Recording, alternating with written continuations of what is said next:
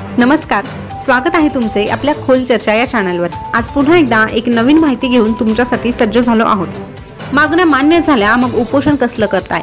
राज ठाकरेंनी मनोज जरांगेंना डिवचले। नेमकं काय आहे प्रकरण, या संदर्भात आता आपण खोलवर चर्चा करणार आहोत। त्यासाठी व्हिडिओ शेवटपर्यंत आवर्जून बघा। सगळे सोयरे शब्दावर अधिसूचना काढल्यानंतर मनोज जरांगे पाटील यांनी आपले आंदोलन स्थगित केले। मात्र अधिसूचनेचे कायद्यात रूपांतर झाले नाही तर 10 फेब्रुवारी पासून उपोषण करण्याचा इशारा मनोज जरांगे पाटील यांनी दिला आहे। त्यामुळे मराठा आरक्षणाचा प्रश्न पुन्हा पेटणार असल्याची चिन्ह आहेत। पण सरकारच्या अधिसूचनेनंतर आनंदोत्सव साजरा करण्यावरून राज ठाकरे यांनी मनोज जरांगे पाटील यांना डिवचले आहे। सगळ्या मागण्या मान्य, पण आरक्षणाची मागणी बाकी आहे।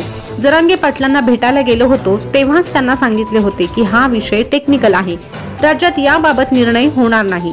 मराठा बांधवांना मुंबईत आणले, राजकीय अजेंडा म्हणून त्यांना मुंबईत आणले जाते। त्यांनी एकदा वस्तुस्थिती तपासून पाहिली पाहिजे। सरकारच्या अधिसूचनेनंतर कोणता विजय उत्सव साजरा केला, नेमकं काय झालं हे कळलं का? जे झालंय त्याचा आनंदोत्सव करत होतात, मग आता परत उपोषण कशासाठी, असा थेट सवाल राज ठाकरे यांनी मनोज जरांगे पाटील यांना केला।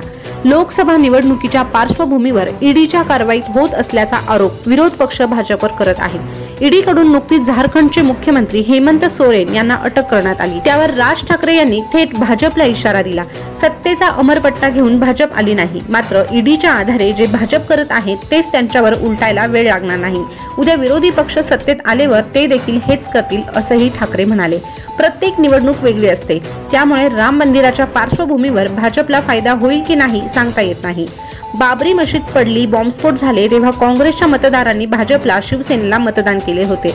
ते मतदान रागातून झाले होते। पुढच्या निवडणुकीला तसेच झाले असे नाही। त्यामुळे समाधान झालेले मतदार कसे मतदान करतात हे या निवडणुकीत कळेल, असा दावा राज ठाकरे यांनी केलेला आहे।